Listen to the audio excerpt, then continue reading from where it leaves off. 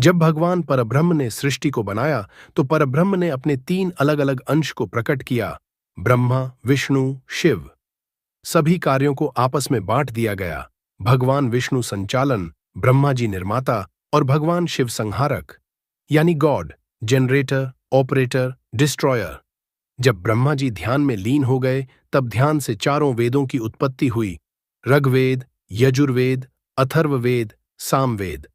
इन सब के बावजूद मन में कई सारे सवाल उमड़ने लगे, तो उनसे 18 महापुराणों की उत्पत्ति हुई और उन्हीं महापुराण में भगवान शिव जी तथा उनकी भक्ति पर समर्पित है शिव महापुराण का संपूर्ण अध्ययन आज हम करने वाले हैं।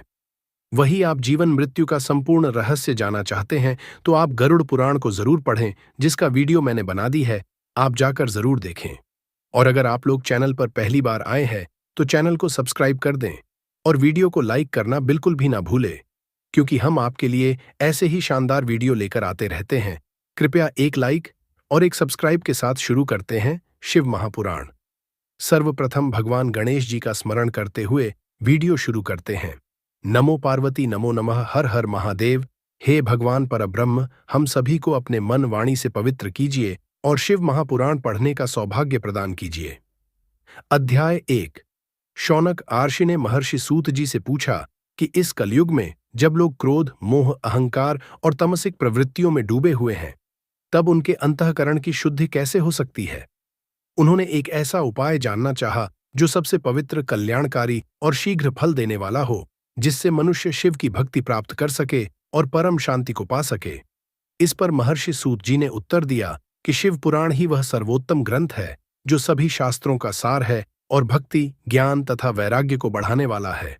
जो कोई भी श्रद्धा से इसका पाठ करता या सुनता है, उसे शिव जी की कृपा प्राप्त होती है और अंततः वह शिवलोक जाता है। सूत जी ने आगे कहा कि शिव पुराण स्वयं भगवान शिव द्वारा बताया गया ज्ञान है, जो संसार के सभी दुखों और कलयुग की बुराइयों से रक्षा करता है। इस ग्रंथ को गुरुदेव व्यास जी ने संकलित किया और इसका मूल उद्देश्य है कि कलयुग में जन्म लेने वाले लोगों को सच्चे मार्ग पर चलने की प्रेरणा देना। यह ग्रंथ 24,000 श्लोकों से युक्त है और 7 संहिताओं में विभाजित है, जो धर्म, अर्थ, काम और मोक्ष, इन चारों पुरुषार्थों को देने में सक्षम है। जो व्यक्ति इसे श्रद्धा और भक्ति से पढ़ता या सुनता है, वह इस लोक में सुख भोग कर अंततः शिव पद को प्राप्त करता है। भगवान शिव की कृपा अपार है। एक बार एक गरीब व्यक्ति जो बहुत से पापों में लिप्त था, गलती से भी शिव पुराण का पाठ सुन लिया। तब भी भगवान शिव ने उसे क्षमा कर दिया और अंत में उसे अपने धाम में स्थान दिया। इसी तरह एक भक्त जिसने पूरे मन और श्रद्धा से शिव पुराण का पाठ किया, उसे अगले जन्म में राजसुख प्राप्त हुआ और अंत में कैलाश धाम जाने का सौभाग्य मिला। इसलिए जो भी मनुष्य अपने जीवन में शांति, सुख और मोक्ष चाहता है, उसे प्रेम पूर्वक शिव पुराण का पाठ करना चाहिए। यह ग्रंथ कानों के लिए अमृत के समान है और इसे सुनने मात्र से व्यक्ति के सभी पाप नष्ट हो जाते हैं। महादेव भक्तों के मन की हर इच्छा पूर्ण करते हैं और जो उनके इस पवित्र ग्रंथ का आदर करता है, उसे सांसारिक और आध्यात्मिक दोनों लाभ प्राप्त होते हैं। शिव पुराण केवल एक ग्रंथ नहीं, बल्कि स्वयं भगवान शिव का दिव्य वाणी स्वरूप है, जिसे पढ़कर और सुनकर मनुष्य अपनी आत्मा को शुद्ध कर सकता है और अंततः महादेव की कृपा से मोक्ष प्राप्त कर सकता है। अध्याय 2। शौनक आर्षि ने सूत जी से कहा, हे महाभाग, आप धन्य हैं जो हमें इतनी दिव्य कथा सुना रहे हैं। आपकी कृपा से आज हमें यह समझ में आ गया कि इस संसार में शिव पुराण के समान कल्याणकारी और कोई साधन नहीं है। अब कृपया बताइए कि कलयुग में किन किन पापियों को इस कथा के श्रवण से शुद्धि प्राप्त होती है। सूत जी ने उत्तर दिया, हे मुनिवर, जो भी मनुष्य पापी, दुराचारी, क्रोध और मोह में लिप्त रहता है, वह भी शिव पुराण के पाठ और श्रवण से पवित्र हो सकता है। इसी संदर्भ में एक प्राचीन कथा है, जिसे सुनने मात्र से सारे पाप नष्ट हो जाते हैं। पुराने समय की बात है, एक नगर में देवराज नाम का एक ब्राह्मण रहता था। हालांकि वह जन्म से ब्राह्मण था, परंतु उसका आचरण पापमय था। वह दरिद्र था और लोगों को धोखा देकर धन कमाने में लगा रहता था। वैदिक धर्म से विमुख होकर उसने पवित्र आचरण को त्याग दिया था और अधर्म के मार्ग पर चल पड़ा था। न ही वह स्नान संध्या करता था और न ही धर्म कर्म में उसका कोई विश्वास था। वह छल कपट से लोगों को ठगता उनका धन हड़पता और उसे व्यर्थ के भोग विलास में खर्च कर देता था। एक दिन भ्रमण करते हुए वह प्रतिष्ठानपुर झूंसी प्रयाग पहुंचा। वहां उसने एक शिवालय देखा जहां बहुत से साधु संत शिव कथा सुनने के लिए एकत्र हुए थे। संयोगवश वह भी उस मंदिर में रुक गया, लेकिन उसे तेज ज्वर हो गया। उस ज्वर से अत्यधिक पीड़ा के कारण वह शिवालय में पड़े पड़े ही शिव कथा सुनता रहा। इस प्रकार 1 मास तक उसने बिना किसी भावना के केवल ज्वर में पड़े पड़े ही भगवान शिव की कथा सुनी।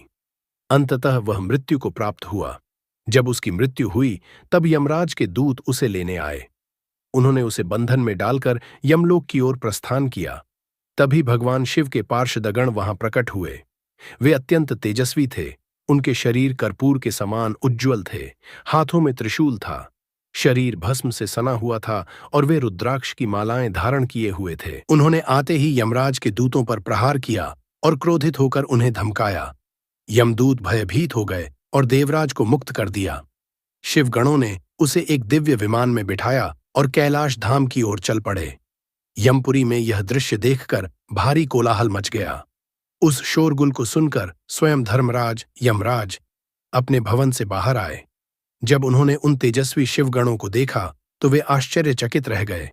उन्होंने अपनी दिव्य दृष्टि से समझ लिया कि यह सब भगवान शिव की कृपा से हुआ है। भयवश उन्होंने शिवगणों से कोई प्रश्न नहीं किया, बल्कि विधिपूर्वक उनकी पूजा अर्चना की। इस प्रकार जो व्यक्ति भी शिव पुराण को प्रेम पूर्वक सुनता है, चाहे वह कितना भी पापी क्यों न हो, भगवान शिव की कृपा से उसका उद्धार हो जाता है। देवराज, जो अपने जीवन में अधर्म के मार्ग पर चला था, केवल शिव पुराण सुनने भर से भगवान शिव के धाम को प्राप्त कर सका। अंततः शिवगण उसे कैलाश ले गए और करुणा सागर भगवान शिव के चरणों में समर्पित कर दिया। अध्याय 3। शौनक जी ने कहा, हे महाभाग सूत जी, आप सर्वज्ञ हैं और आपकी कृपा से मैं बार बार कृतार्थ होता हूं। इस पवित्र इतिहास को सुनकर मेरा मन अत्यंत आनंदित हो रहा है। इसलिए मैं आपसे विनम्र निवेदन करता हूं कि कृपया अब भगवान शिव से संबंधित और भी कथाएं सुनाएं, जो हमारे हृदय में शिव भक्ति को और अधिक बढ़ाए। सूत जी बोले, हे शौनक, ध्यानपूर्वक सुनो, मैं तुम्हारे सामने एक गोपनीय कथा का वर्णन करूंगा।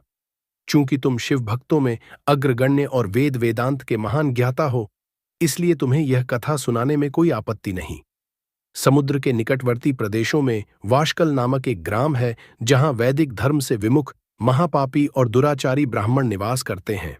वे सभी अत्यंत दुष्ट प्रवृत्ति के हैं, खेती करते हैं और विभिन्न प्रकार के अस्त्र शस्त्र धारण किए रहते हैं। वे व्यभिचारी और खल स्वभाव के हैं। उनमें से किसी को भी इस बात की जरा भी समझ नहीं कि ज्ञान, वैराग्य और धर्म का पालन ही मनुष्य के लिए परम पुरुषार्थ है।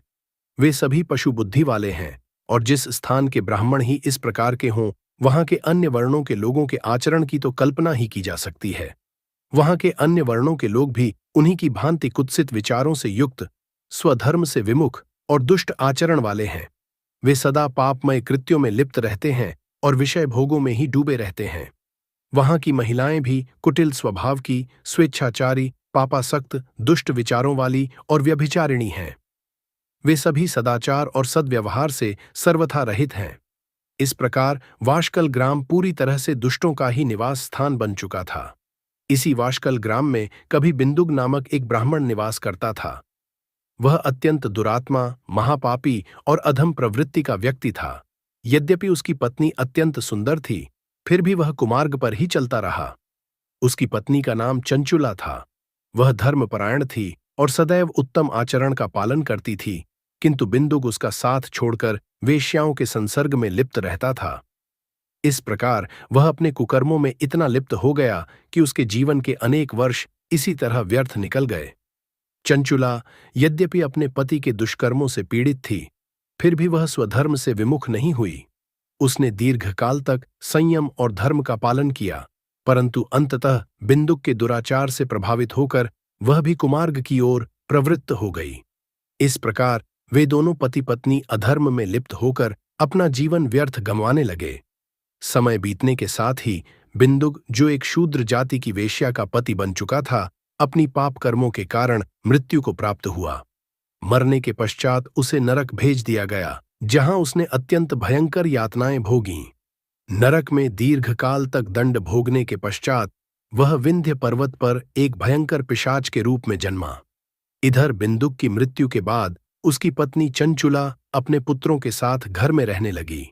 एक दिन दैव योग से जब किसी पुण्य पर्व का आगमन हुआ तो वह अपने भाई बंधुओं के साथ गोकर्ण प्रदेश की तीर्थयात्रा पर चली गई। तीर्थयात्रियों के संग जाकर उसने भी किसी पवित्र तीर्थ में स्नान किया। इसके पश्चात वह अपने संबंधियों के साथ विभिन्न स्थानों पर घूमती रही और इसी क्रम में एक देव मंदिर में पहुंच गई। उस देव मंदिर में एक विद्वान ब्राह्मण भगवान शिव की पवित्र एवं मंगलमयी कथा सुना रहे थे। चंचुला ने भी श्रद्धापूर्वक वह कथा सुनी। कथावाचक ब्राह्मण कह रहे थे कि जो स्त्री व्यभिचार में लिप्त होती है उसे मृत्यु के बाद यमलोक में भयंकर यातनाएं सहनी पड़ती हैं। यमराज के दूत उसे पकड़कर घसीटते हैं और उसकी योनि में तपे हुए लोहे का परिध डालते हैं। यह कथा सुनते ही चंचुला भयभीत हो गई। उसकी आत्मा कंपायमान हो उठी और वह घबराकर कांपने लगी। कथा समाप्त होने के बाद सभी लोग देव मंदिर से बाहर निकल गए, किंतु चंचुला वहीं बैठी रही। उसका मन ग्लानि और पश्चाताप से भर गया। वह सोचने लगी, हाय, मैंने कितने पाप किए हैं, मैं किस किस घोर दुर्गति को प्राप्त होंगी। जब यमराज के भयंकर दूत मुझे पकड़कर ले जाएंगे तब मैं क्या करूंगी। जब वे मेरे गले में फंदा डालकर मुझे खींचेंगे तब मेरी क्या दशा होगी। जब नरक में मेरे शरीर के टुकड़े टुकड़े किए जाएंगे तब उस महायातना को मैं कैसे सहन कर सकूंगी। वह अत्यंत विलाप करने लगी, हाय, मैं जल गई, मैं नष्ट हो गई, मेरा हृदय विदीर्ण हो गया, मैं तो सदा ही पाप में डूबी रही हूं। अब मेरा क्या होगा, कौन मेरा उद्धार करेगा। हे ब्राह्मण देवता, आप ही मेरे गुरु हैं, आप ही मेरे पिता और माता हैं, मैं आपकी शरण में आई हूं, कृपा करके मुझ पापिनी का उद्धार कीजिए। सूत जी ने कहा, हे शौनक, इस प्रकार ग्लानि और वैराग्य से पूर्ण चंचुला ब्राह्मण देवता के चरणों में गिर पड़ी। तब उस कृपालु ब्राह्मण ने उसे स्नेहपूर्वक उठाया और उसे मार्ग दिखाने के लिए तैयार हुए। अध्याय 4। ब्राह्मण ने उसे सांत्वना दी और कहा कि भगवान शिव की भक्ति से सभी पाप नष्ट हो सकते हैं। उन्होंने बताया कि जो सच्चे मन से पश्चाताप करता है और शिव भक्ति में लीन हो जाता है वह उत्तम गति को प्राप्त करता है। शिव पुराण की कथा सुनना आत्मा को शुद्ध करता है, ठीक वैसे ही जैसे गंदे दर्पण को साफ करने से वह चमक उठता है। उन्होंने कहा कि भगवान शिव का ध्यान करने से मनुष्य के जीवन के सारे पाप मिट जाते हैं और वह मोक्ष को प्राप्त करता है। यह सुनकर चंचुला ने दृढ़ निश्चय किया कि वह अपना शेष जीवन भगवान शिव की भक्ति में लगाएगी। वह उसी स्थान पर रही और ब्राह्मण से शिव पुराण की कथा सुनने लगी। इस कथा के प्रभाव से उसका हृदय शुद्ध हो गया और उसमें शिव के प्रति अपार श्रद्धा उत्पन्न हुई। वह भक्ति, ज्ञान और वैराग्य से युक्त हो गई और निरंतर भगवान शिव का ध्यान करने लगी। समय पूरा होने पर उसने बिना किसी कष्ट के अपने शरीर का त्याग किया। तभी भगवान शिव के भेजे हुए पार्षद एक दिव्य विमान लेकर आए। वे अत्यंत सुंदर, तेजस्वी और दिव्य आभूषणों से सुशोभित थे। उन्होंने चंचुला को उस विमान में बिठाया और तुरंत शिवलोक पहुंचा दिया। वहां उसका रूप दिव्य हो गया। उसके मस्तक पर अर्धचंद्र मुकुट था और वह दिव्य आभूषणों से विभूषित थी। शिवपुरी पहुंचकर उसने स्वयं भगवान शिव और माता पार्वती के दर्शन किए। भगवान शिव करोड़ों सूर्यों के समान चमक रहे थे। उनका कंठ नील वर्ण का था और उनके 5 मुख थे, जिनमें प्रत्येक में 3-3 नेत्र थे। उनके वामांग में माता पार्वती विराजमान थीं, जो विद्युत ज्योति के समान दमक रही थीं। भगवान शिव के साथ गणेश, भृंगी, नंदीश्वर, वीरभद्र और अन्य गण भी उपस्थित थे। चंचुला ने आनंदपूर्वक भगवान शिव को प्रणाम किया और उसके नेत्रों से आनंद के आंसू बहने लगे। भगवान शिव और माता पार्वती ने प्रेम पूर्वक उसे अपने पास बुलाया। माता पार्वती ने उसे अपनी सखी बना लिया। इस प्रकार चंचुला शिवलोक में निवास करने लगी और अखंड दिव्य आनंद का अनुभव करने लगी। इस कथा से यह शिक्षा मिलती है कि भगवान शिव की भक्ति से सभी पापों का नाश हो सकता है। सच्चे मन से शिव की आराधना करने से जीवन सुधर सकता है और मृत्यु के बाद व्यक्ति को मोक्ष प्राप्त हो सकता है। शिव पुराण की कथा सुनने, मनन करने और भगवान शिव के चरणों में समर्पित होने से आत्मा को शुद्धि मिलती है और उसे संसार के बंधनों से मुक्ति मिलती है। अध्याय 5। एक दिन परम आनंद में मग्न हुई चंचुला उमा देवी के पास गई और दोनों हाथ जोड़कर प्रणाम करके उनकी स्तुति करने लगी। उसने कहा, गिरिराज नंदिनी, स्कंदमाता उमे, मनुष्यों ने सदा आपका सेवन किया है।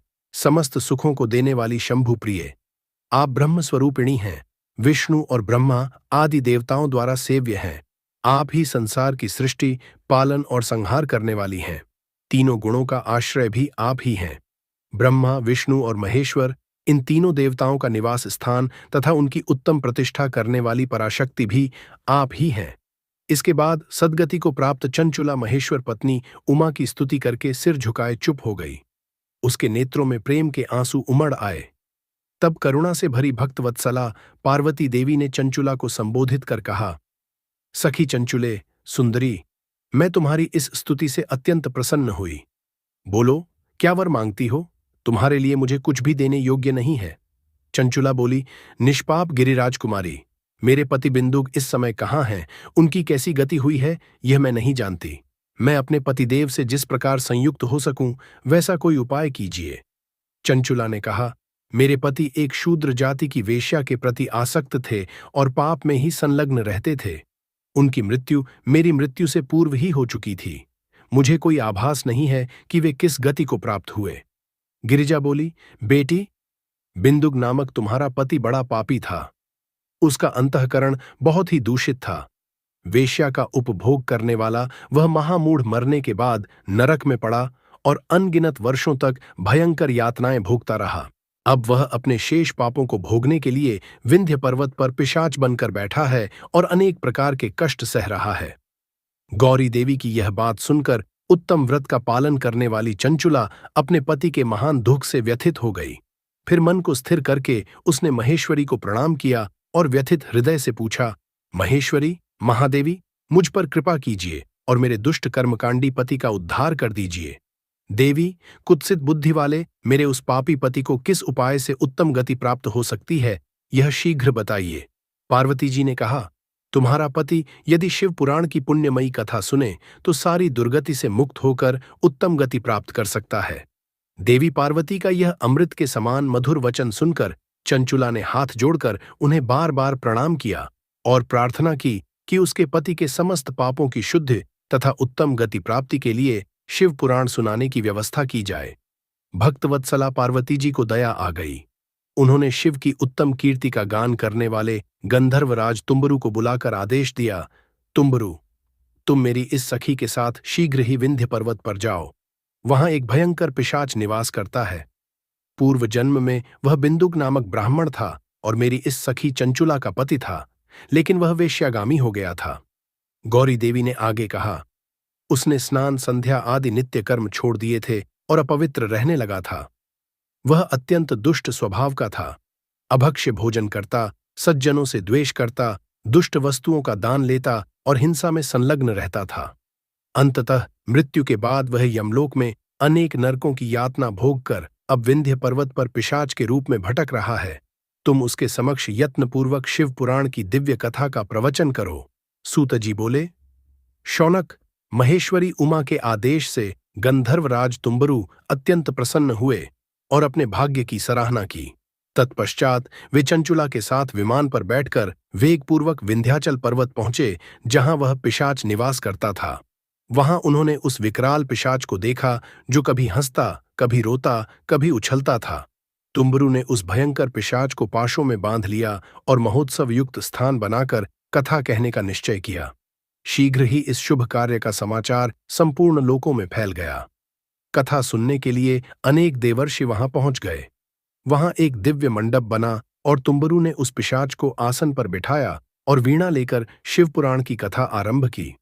तुम्बरु ने विधेश्वर संहिता से लेकर वायु संहिता तक संपूर्ण शिवपुराण का वर्णन किया। शिवपुराण की कथा सुनकर वह पिशाच अपने सारे पापों से मुक्त हो गया और उसने पिशाच योनि का त्याग कर दिया। उसका स्वरूप दिव्य हो गया। उसका शरीर गौरवर्ण का हो गया। उस पर शुभ्र वस्त्र सुशोभित हो गए और वह त्रिनेत्रधारी चंद्रशेखर के समान तेजस्वी दिखने लगा। अपनी प्राणवल्लभा को इस प्रकार दिव्य रूप में देखकर वहां उपस्थित देवर्षि विस्मित हो गए और आनंद से भर उठे। भगवान शिव के इस अद्भुत चरित्र को सुनकर वे सभी परम कृतार्थ हुए और प्रेमपूर्वक श्री शिव का गुणगान करने लगे। तदनंतर विमान पर बैठकर बिंदुक अपनी प्रियतमा चंचुला के साथ शिवधाम की ओर चल पड़ा। वहां पहुंचकर भगवान महेश्वर और पार्वती देवी ने उनका स्वागत किया और बिंदुक को अपना पार्षद बना लिया। उसकी पत्नी चंचुला पार्वती की सखी बन गई। इस प्रकार वे दोनों सनातन शिवधाम में स्थित होकर परम आनंद को प्राप्त कर गए। ओम नमः शिवाय। ओम नमः शिवाय। ओम नमः शिवाय। अध्याय 6। शौनक जी कहते हैं, महाप्राज्य व्यास शिष्य सुत जी, आपको नमन है। आप धन्य हैं, शिव भक्तों में श्रेष्ठ हैं। आपके महान गुण वर्णनीय हैं। अब आप कल्याणमय शिव पुराण की श्रवण विधि बताइए, जिससे सभी श्रोताओं को उत्तम फल की प्राप्ति हो सके। अब सुत जी कहते हैं, मुने शौनक, मैं तुम्हें संपूर्ण फल की प्राप्ति के लिए शिव पुराण के श्रवण की विधि बताता हूं। पहले किसी ज्योतिषी को बुलाकर के दान मान से संतुष्ट करके अपने सहयोगी लोगों के साथ बैठकर बिना किसी विघ्न बाधा के कथा की समाप्ति होने के उद्देश्य से शुद्ध मुहूर्त का अनुसंधान कराए और प्रयत्नपूर्वक देश देश में स्थान स्थान पर यह संदेश पहुंचाए कि हमारे यहाँ शिवपुराण की कथा होने वाली है। अपने कल्याण की इच्छा रखने वाले लोगों को कथा सुनने के लिए अवश्य यहाँ पधारना चाहिए। कुछ लोग भगवान श्री हरि की कथा से बहुत दूर हो चुके हैं। कितने ही स्त्री, शूद्र आदि भगवान शंकर के कथा कीर्तन से वंचित रहते हैं। उन सबको भी सूचित किया जाए, ऐसा प्रबंध होना चाहिए। देश देश में जो भगवान शिव के भक्त हो तथा जिनमें भी शिव कथा के लिए कीर्तन और श्रवण के लिए उत्सुकता हो, उन सबको आदर पूर्वक बुलवाना चाहिए और आए हुए लोगों का सब प्रकार से आदर सत्कार करना चाहिए। शिव मंदिर में, तीर्थ में, वन प्रांत में अथवा घर में शिव पुराण की कथा सुनने के लिए उत्तम स्थान का निर्माण करना चाहिए।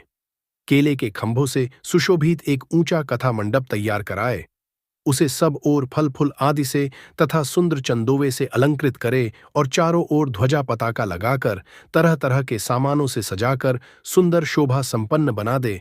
भगवान शिव के प्रति हर प्रकार से उत्तम भक्ति करनी चाहिए। वही सब तरह से आनंद का विधान करने वाली है।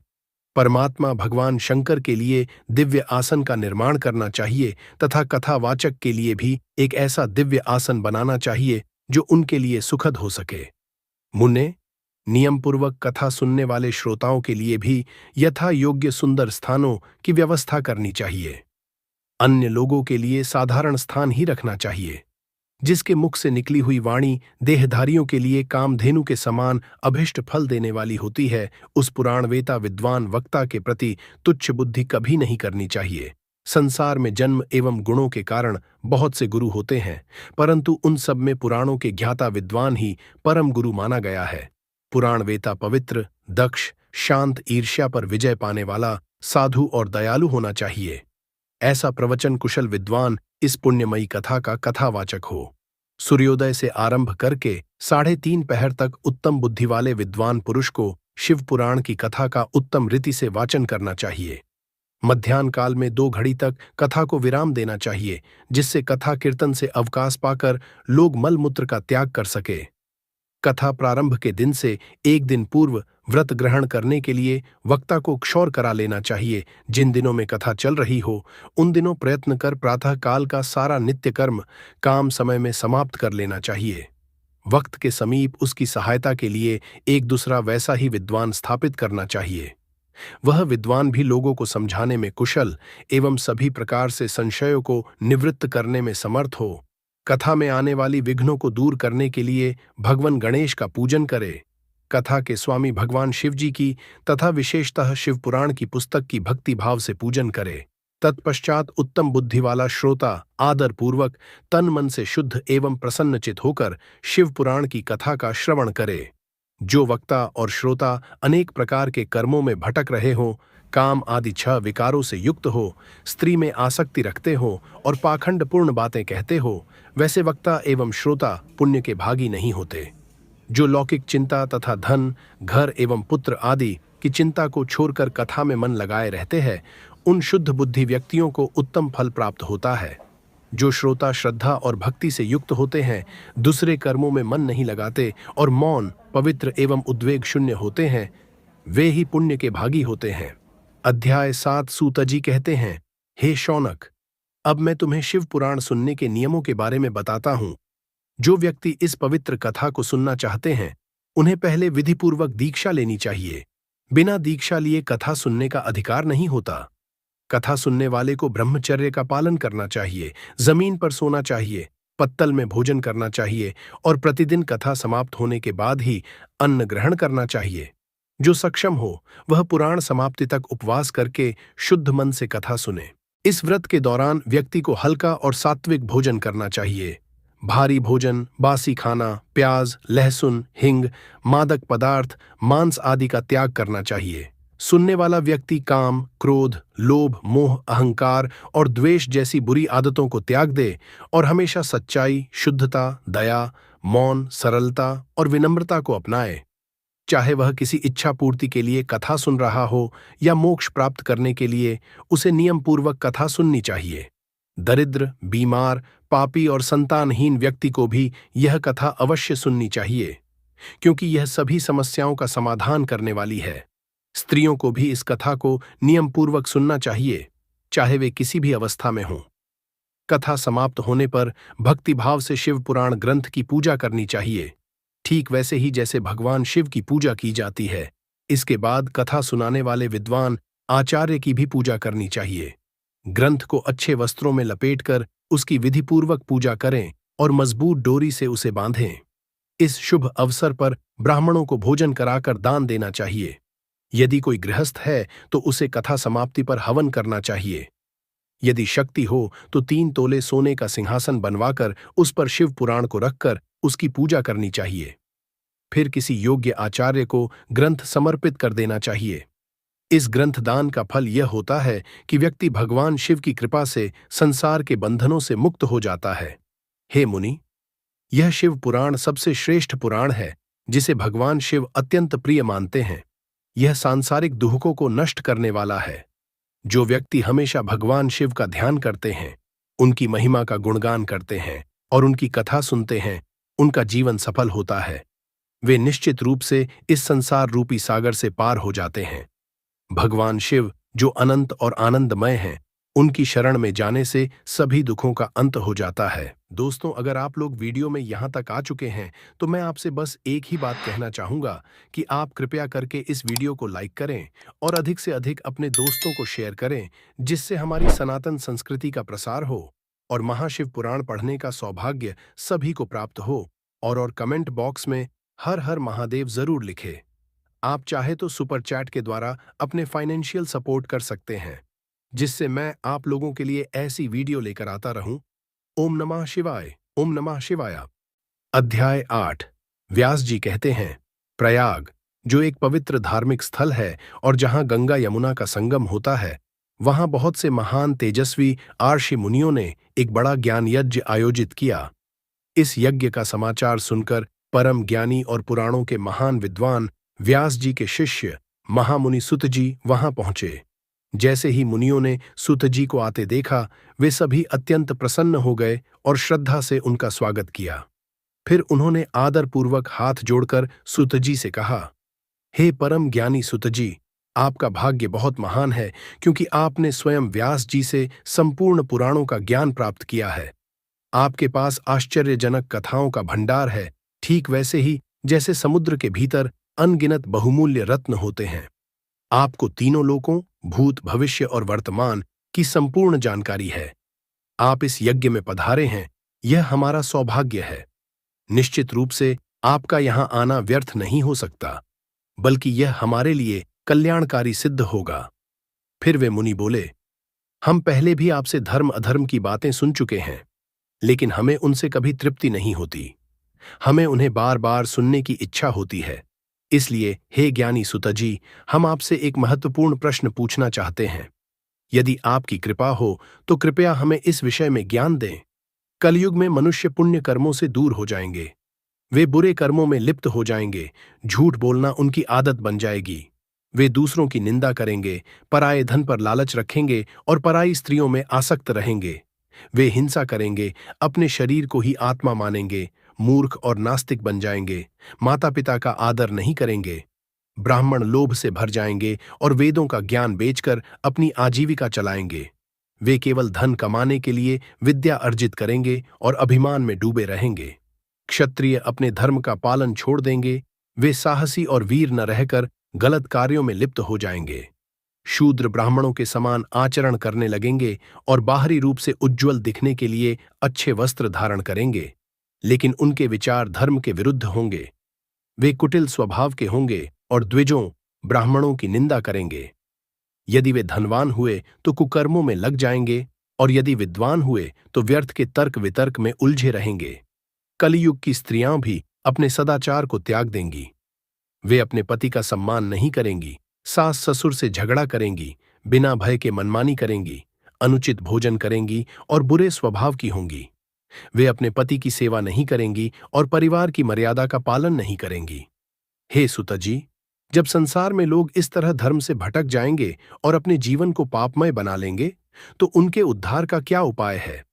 हमें इस चिंता से मुक्त करने के लिए कृपया कोई ऐसा सरल उपाय बताइए जिससे इन सभी पापों का तुरंत नाश हो जाए। हम जानते हैं कि परोपकार से बड़ा कोई धर्म नहीं होता, इसलिए कृपया हमें ऐसा उपाय बताइए जिससे लोगों को सही मार्ग मिल सके और वे कल्याण की ओर बढ़ सकें। आप सभी सिद्धांतों के ज्ञाता हैं, इसलिए हमें इस बारे में ज्ञान देने की कृपा करें। अध्याय 9। सूत जी ने भगवान शिव का स्मरण कर मुनियों से कहा, हे महात्माओं, आपने बहुत ही उत्तम प्रश्न किया है जो तीनों लोकों के लिए कल्याणकारी है। मैं अपने गुरुदेव व्यास जी को याद करके आपके स्नेह के कारण इस विषय का वर्णन करूंगा। आप सभी आदरपूर्वक इसे सुने। शिव पुराण सबसे उत्तम ग्रंथ है। यह वेदों का सार है और इसे पढ़ने और सुनने से मनुष्य के सभी पाप नष्ट हो जाते हैं। यह न केवल इस लोक में बल्कि परलोक में भी परम कल्याणकारी है और कलियुग के दोषों का नाश करने वाला है।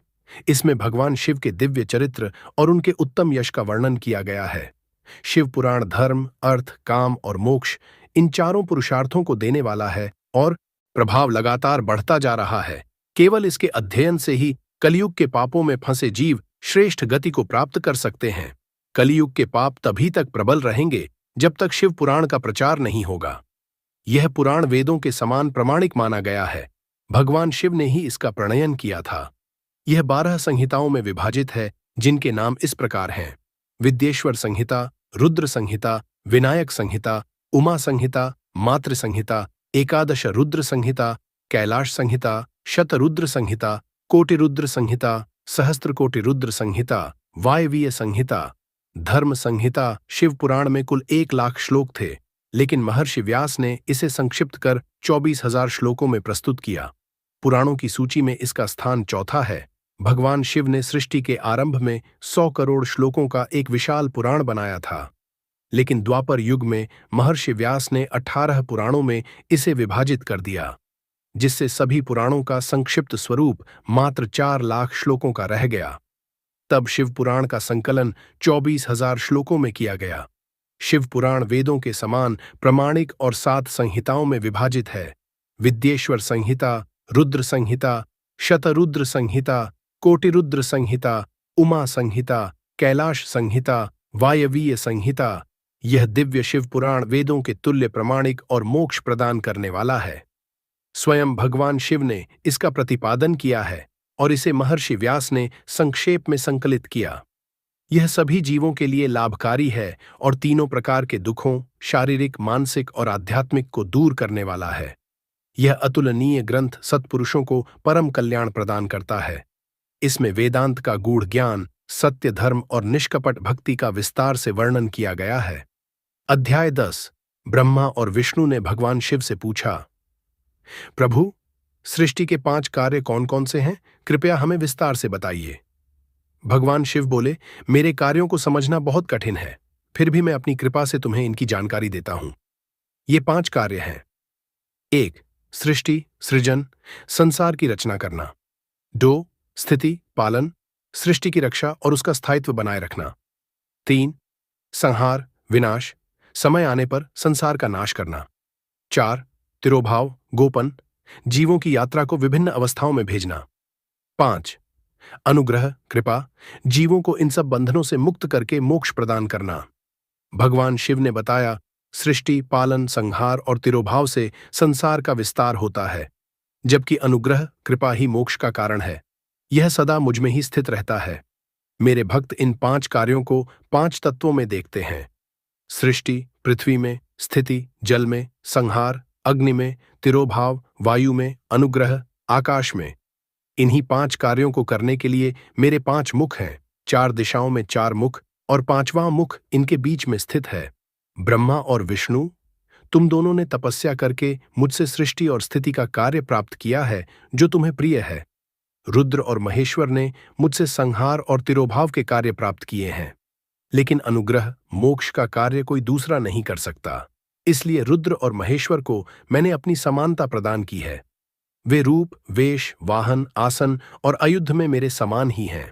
ओंकार ओएम का रहस्य भगवान शिव ने आगे कहा, सबसे पहले मेरे मुख से ओंकार प्रकट हुआ जो मेरे स्वरूप का प्रतीक है। ओंकार वाचक है और मैं वाच्य हूं। इस महामंत्र का निरंतर जाप करने से हमेशा मेरा स्मरण होता है। मेरे 5 मुखों से ओंकार के 5 भाग निकले। अकार, उत्तर मुख से उकार, पश्चिम मुख से मक्कार, दक्षिण मुख से बिंदु, पूर्व मुख से नाद, मध्य मुख से इन 5 के मेल से प्रणव मंत्र ओम बना। इस मंत्र में संपूर्ण ब्रह्मांड समाया हुआ है। यह शिव और शक्ति दोनों का प्रतीक है। पंचाक्षर मंत्र और वेदों की उत्पत्ति इसी प्रणव मंत्र से पंचाक्षर मंत्र निकला जो मेरे संपूर्ण स्वरूप का द्योतक है। इसके माध्यम से सभी स्वर और व्यंजन प्रकट हुए जिनसे गायत्री मंत्र और फिर 4 वेद जन्मे। इन वेदों से करोड़ों मंत्र बने जो अलग अलग कार्यों की सिद्धि के लिए हैं। लेकिन प्रणव मंत्र एयुएम और पंचाक्षर मंत्र से सभी इच्छाओं की पूर्ति और मोक्ष दोनों प्राप्त हो सकते हैं। जो व्यक्ति इसे जपता है उसे अपार ज्ञान और सौभाग्य मिलता है। ब्रह्मा और विष्णु को शिव मंत्र की दीक्षा। इसके बाद भगवान शिव ने ब्रह्मा और विष्णु को एक गुप्त स्थान पर ले जाकर उन्हें गुरु दीक्षा दी। उन्होंने अपने कर कमल से उनके सिर पर हाथ रखा और धीरे धीरे गुप्त मंत्र का उपदेश दिया। विधि अनुसार 3 बार मंत्र का उच्चारण करके भगवान शिव ने उन्हें दीक्षित किया। ब्रह्मा और विष्णु ने दोनों हाथ जोड़कर भगवान शिव की स्तुति की। हे प्रभु, आप सृष्टि, पालन, संहार, तिरोभाव और अनुग्रह करने वाले हैं। आपको प्रणाम। आप ही परमेश्वर हैं, ब्रह्म हैं। आपको बार बार नमस्कार। शिवलिंग और पूजा की महिमा भगवान शिव ने आगे कहा, मेरा और मेरे लिंग का दर्शन सुबह और संध्या के समय करना चाहिए। पूजा करने वालों के लिए मेरी मूर्ति और लिंग दोनों समान हैं, लेकिन लिंग की पूजा अधिक श्रेष्ठ मानी गई है। शिवलिंग की स्थापना करके एयुएम मंत्र से उसकी पूजा करनी चाहिए। इससे मनुष्य को मेरा परम पद प्राप्त होता है। इसके बाद भगवान शिव अंतर्धान हो गए और ब्रह्मा विष्णु उनके दिए हुए दिव्य ज्ञान से आनंदित हो गए। अध्याय 11। मैं आपको शिवलिंग की स्थापना और पूजा की विधि बताता हूं, ध्यान से सुनिए। शिवलिंग की स्थापना शुभ समय में किसी पवित्र स्थान जैसे नदी के किनारे, तीर्थ स्थल या किसी ऐसी जगह करनी चाहिए जहां रोज पूजा की जा सके। इसे मिट्टी, पत्थर, धातु या जल से बनाया जा सकता है। जो भी सामग्री इस्तेमाल करें, लिंग और उसकी पीठ एक ही सामग्री से बननी चाहिए। अगर शिवलिंग को स्थायी रूप से स्थापित करना हो तो बड़ा और मजबूत लिंग बनाना चाहिए, और अगर अस्थायी हो तो छोटा लिंग उपयुक्त है। लिंग का आकार बनाने वाले व्यक्ति की उंगलियों के हिसाब से तय किया जाता है। यह कम से कम 1 उंगल जितना होना चाहिए, और ज्यादा बड़ा हो तो भी कोई दोष नहीं। शिवलिंग की स्थापना से पहले मंदिर या देवालय बनवाना चाहिए जो सुंदर और मजबूत हो। गर्भगृह को साफ सुथरा और चमकदार बनाया जाए, और उसमें 2 मुख्य दरवाजे होने चाहिए, पूर्व और पश्चिम दिशा में। जहां लिंग की स्थापना करनी हो वहां पहले गड्ढा खोदकर उसमें नीलम, मोती, माणिक, मूंगा, हीरा और अन्य शुभ रत्नों को मंत्रों के साथ डाला जाता है। फिर वैदिक मंत्रों का उच्चारण करके शिवलिंग को वहां स्थापित किया जाता है। लिंग को उसकी पीठ के साथ जोड़कर मजबूती से बैठाया जाता है और उसे रोजाना पूजा एवं अभिषेक से सुसज्जित किया जाता है। शिवलिंग की पूजा करने के लिए 16 प्रकार के उपचार होते हैं, जिनमें आवाहन, आसन, अर्घ्य, पवित्र जल अर्पण, पाद्य, पांव धोना, स्नान, वस्त्र अर्पण, चंदन लगाना, फूल चढ़ाना, धूप, दीप, नैवेद्य, तांबूल आरती और नमस्कार प्रमुख हैं। जो व्यक्ति नियमपूर्वक शिवलिंग के दर्शन करता है, उसकी पूजा करता है, अभिषेक करता है या ओम नमः शिवाय मंत्र का जप करता है, उसे मोक्ष की प्राप्ति होती है। अगर कोई व्यक्ति शिवलिंग न बना सके तो वह मिट्टी, आटे, गोबर, फूल या अन्य उपलब्ध वस्तुओं से शिवलिंग बनाकर उसकी पूजा कर सकता है। जो रोजाना 10,000 AUM मंत्र का जप करता है वह भी शिव पद को प्राप्त करता है। शिव भक्तों को चाहिए कि वे शिव मंदिरों की सफाई करें, फूलों के बाग लगाएं और भगवान की सेवा में संलग्न रहें। जो व्यक्ति शिव क्षेत्र में निवास करता है उसे विशेष पुण्य प्राप्त होता है। अध्याय 12। सूत जी कहते हैं, हे विद्वान और बुद्धिमान महर्षियों, मोक्ष देने वाले शिव क्षेत्रों का वर्णन सुनो। इसके बाद मैं लोक कल्याण के लिए शिव से जुड़े आगमों का वर्णन करूंगा। इस पृथ्वी का विस्तार 50 करोड़ योजन है। भगवान शिव की आज्ञा से यह संपूर्ण जगत को धारण कर रही है। भगवान शिव ने अलग अलग स्थानों पर शिव क्षेत्र बनाए जहां के लोग उनकी कृपा से मोक्ष प्राप्त कर सकते हैं। कुछ क्षेत्रों को देवताओं और ऋषियों ने अपना निवास स्थान बनाया, जिससे वे पवित्र तीर्थ बन गए। कुछ तीर्थ ऐसे हैं जो लोक कल्याण के लिए स्वयं प्रकट हुए हैं। तीर्थों और क्षेत्रों में जाने पर मनुष्य को स्नान, दान और जप आदि करना चाहिए, नहीं तो उसे दोष लगते हैं। ये दोष होते हैं रोग, दरिद्रता और बाधाएं। जो व्यक्ति भारत में मृत्यु को प्राप्त करता है वह अपने पुण्य के अनुसार ब्रह्मलोक में वास करता है और पुण्य समाप्त होने पर पुनः मनुष्य योनि में जन्म लेता है। पुण्य क्षेत्रों में पाप करना और भी घातक होता है, इसलिए वहां रहते समय बहुत सावधानी रखनी चाहिए। सिंधु और सतलुज नदियों के किनारे कई पुण्य क्षेत्र हैं। सरस्वती नदी बहुत पवित्र है और इसकी 60 धाराएं बताई गई हैं। जो इसके तट पर रहते हैं वे क्रमशः ब्रह्मलोक को प्राप्त कर लेते हैं। हिमालय से निकली गंगा 100 धाराओं वाली नदी है। इसके किनारे काशी, प्रयाग आदि पवित्र क्षेत्र हैं। जब सूर्य मकर राशि में आता है तब गंगा का जल और भी पुण्यदायक हो जाता है। शोणभद्र नदी की 10 धाराएं हैं। जब बृहस्पति मकर राशि में होता है तब इसमें स्नान से विशेष फल मिलता है। नर्मदा की 24 धाराएं हैं। इसमें स्नान और तट पर निवास करने से वैष्णव पद की प्राप्ति होती है। तमसा और रेवा क्रमशः 12 और 10 धाराओं वाली नदियां हैं। गोदावरी की 21 धाराएं बताई गई हैं, जो पापों का नाश करने और रुद्रलोक देने वाली हैं। कृष्णवेणी नदी में स्नान सभी पापों को मिटा देता है और यह विष्णुलोक प्रदान करने वाली बताई गई है। तुंगभद्रा के 10 मुख हैं जो ब्रह्मलोक प्रदान करते हैं। सुवर्णमुखरी नदी के 9 मुख हैं और यह ब्रह्मलोक से लौटे जीवों को अपने किनारे जन्म देती है।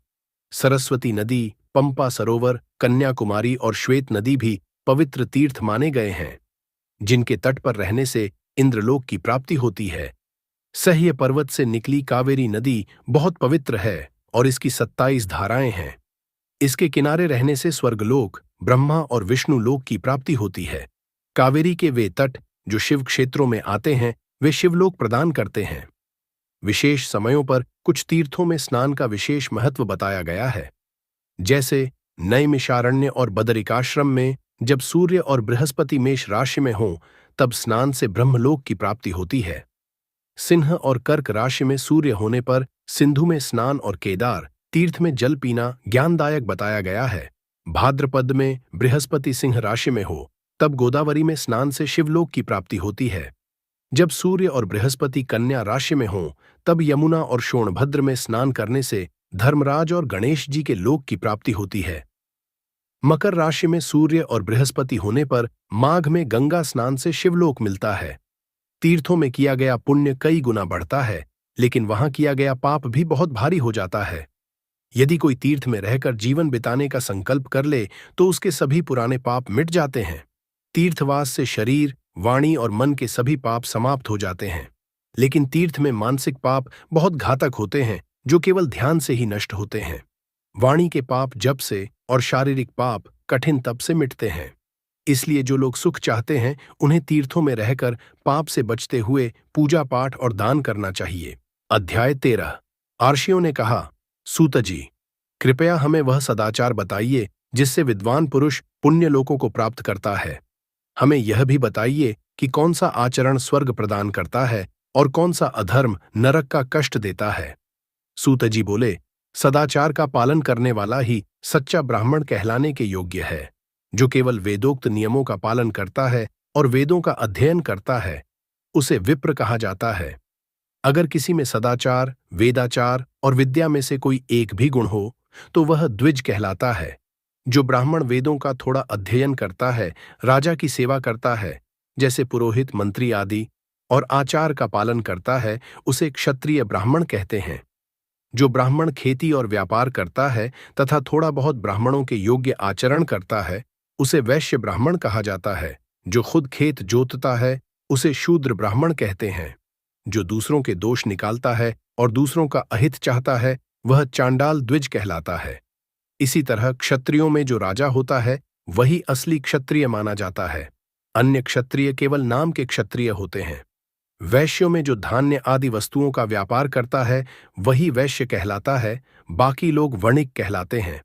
जो ब्राह्मण, क्षत्रिय और वैश्य की सेवा करता है, वही असली शूद्र कहलाता है। शूद्र का काम हल जोतना होता है, ऐसे शूद्र को वृषल कहा जाता है। जो सेवा, शिल्प और खेती के अलावा किसी और काम में लग जाते हैं, वे दस्यु कहलाते हैं।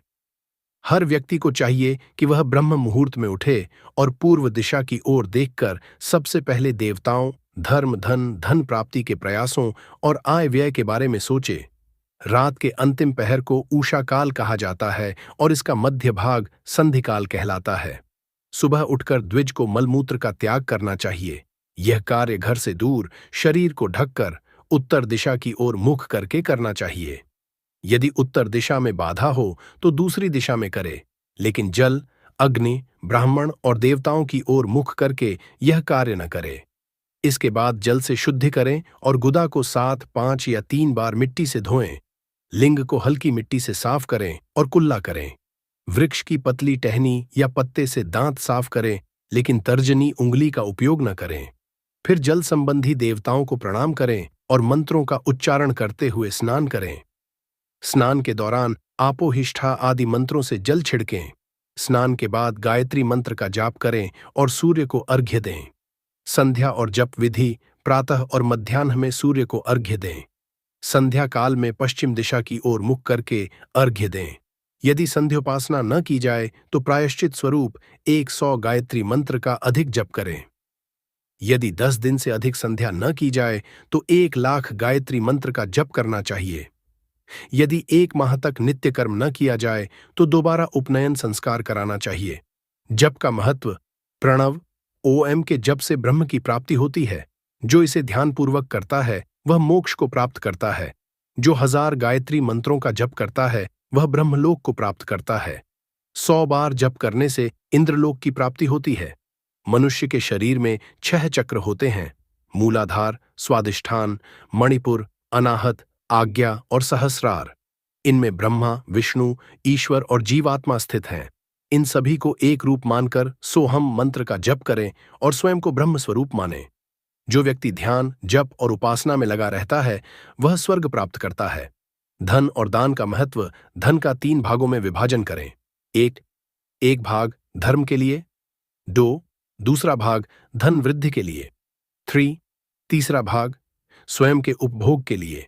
खेती से हुए लाभ का 10वां भाग दान करें, इससे पाप की शुद्धि होती है। व्यापार से हुए लाभ का 6ठा भाग दान करें। दान में दिया गया अन्न पुण्य प्रदान करता है।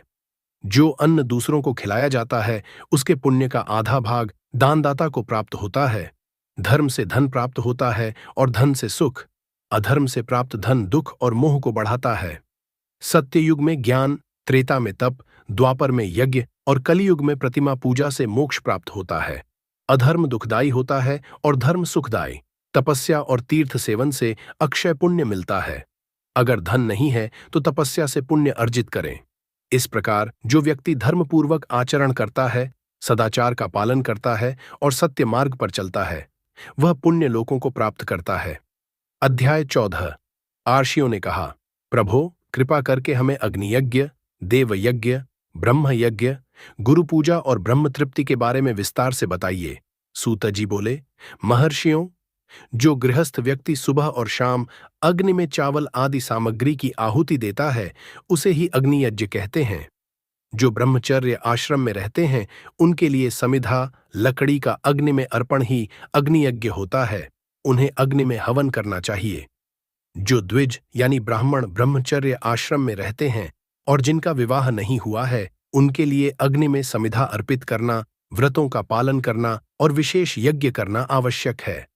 वहीं जो वानप्रस्थी गृहस्थ आश्रम छोड़ चुके और सन्यासी हैं, उनके लिए अग्नि यज्ञ का रूप यह है कि वे समय पर, उचित मात्रा में और पवित्र अन्न का भोजन ग्रहण करें। शाम को अग्नि में दी गई आहुति से संपत्ति मिलती है और सुबह सूर्य को दी गई आहुति से आयु बढ़ती है। दिन के समय अग्निदेव सूर्य में स्थित होते हैं, इसलिए सूर्य को दी गई आहुति भी अग्नियज्ञ का ही भाग मानी जाती है। देवताओं के लिए जो हवन किया जाता है उसे देव यज्ञ कहा जाता है। स्थालीपाक आदि यज्ञ भी देव यज्ञ के अंतर्गत आते हैं। संस्कारों जैसे चूड़ाकरण के लिए किए गए हवन भी देव यज्ञ में गिने जाते हैं। ब्रह्म यज्ञ का अर्थ है देवताओं की तृप्ति के लिए वेदों का अध्ययन और स्वाध्याय। इसे प्रातःकाल के नित्य कर्म के बाद किया जाता है और रात्रि में इसका विधान नहीं है। महादेव जी ने सृष्टि के आरंभ में 7 वारों, रविवार से शनिवार तक की रचना की, जिससे संसार का कल्याण हो।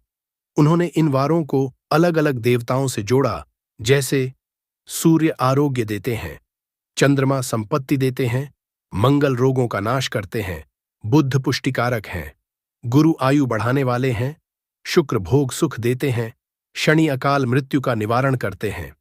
हर वार के देवता की पूजा करने से मनुष्य को विशेष फल प्राप्त होते हैं। पूजा करने के 5 तरीके बताए गए हैं। 1. मंत्र जप, दूसरा हवन, तीसरा दान, चौथी तपस्या, 5वीं मूर्ति अग्नि या ब्राह्मण के रूप में देवता की 16 उपचारों से पूजा। अगर कोई बीमार हो या कोई संकट में हो तो उसे देवताओं की पूजा करनी चाहिए। ग्रहों और वारों के अनुसार दान और हवन करने से विशेष फल मिलते हैं। रविवार को सूर्य के लिए, सोमवार को चंद्रमा के लिए, मंगलवार को काली के लिए, बुधवार को विष्णु के लिए, गुरुवार को देवताओं की पुष्टि के लिए, शुक्रवार को भोग प्राप्ति के लिए और शनिवार को शनिदेव के लिए हवन और दान करना लाभकारी होता है। देवताओं की पूजा करने से मनुष्य को आरोग्य, धन, आयु और सुख प्राप्त होते हैं।